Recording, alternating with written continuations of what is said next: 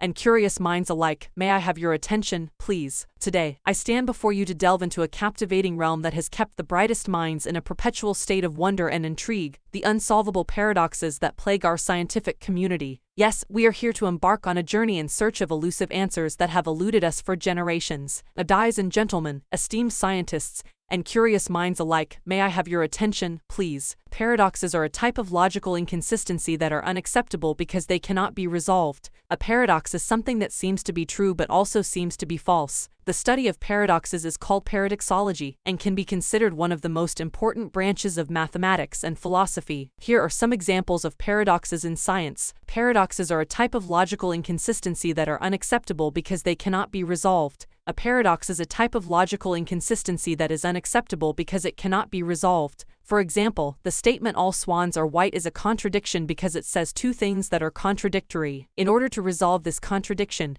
we must choose one over the other, the fact that all swans are white or the fact that not all swans are white. But there's no way out. If we choose one over the other, then our original statement has become false again.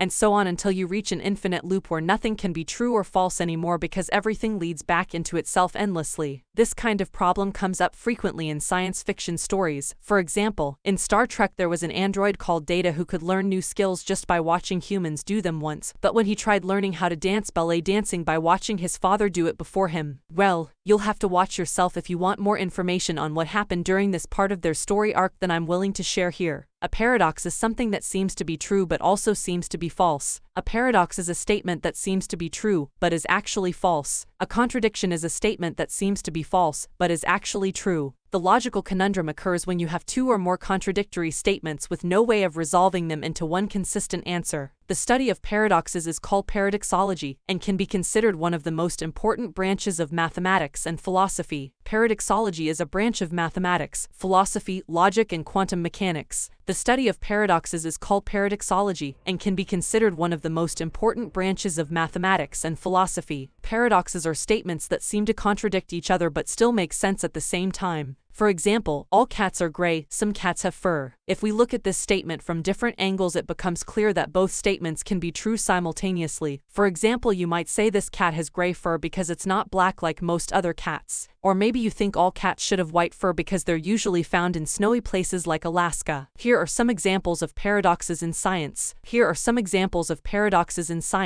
Consider the case of an infinitely large object, such as a basketball, that exists at all times in each of its parts. This entity cannot have any size because it has no boundary. It is infinite in every direction. Therefore, there must be no universal size for an object like this one. However, how can we say that something does not exist if we cannot measure its exact location? Another example involves two scientists who want to measure their distance from one another with their rulers but find themselves moving apart faster than they can measure each other's ruler length. How can this happen? These are some great examples of paradoxes in science. The paradox of the bat and ball, the paradox of the liar, the paradox of the barber who shaves himself, the paradox of the ship that never sails. In this section we will look at some great examples of these problems in science. Conclusion: there are many types of paradoxes in science, but these are some of the most prevalent ones. Are you a scientist who has faced one or more of these paradoxes? We would love to hear your story.